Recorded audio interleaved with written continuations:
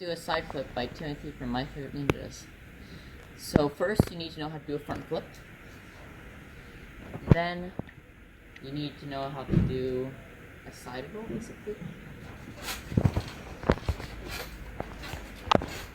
This is what you're doing in the air.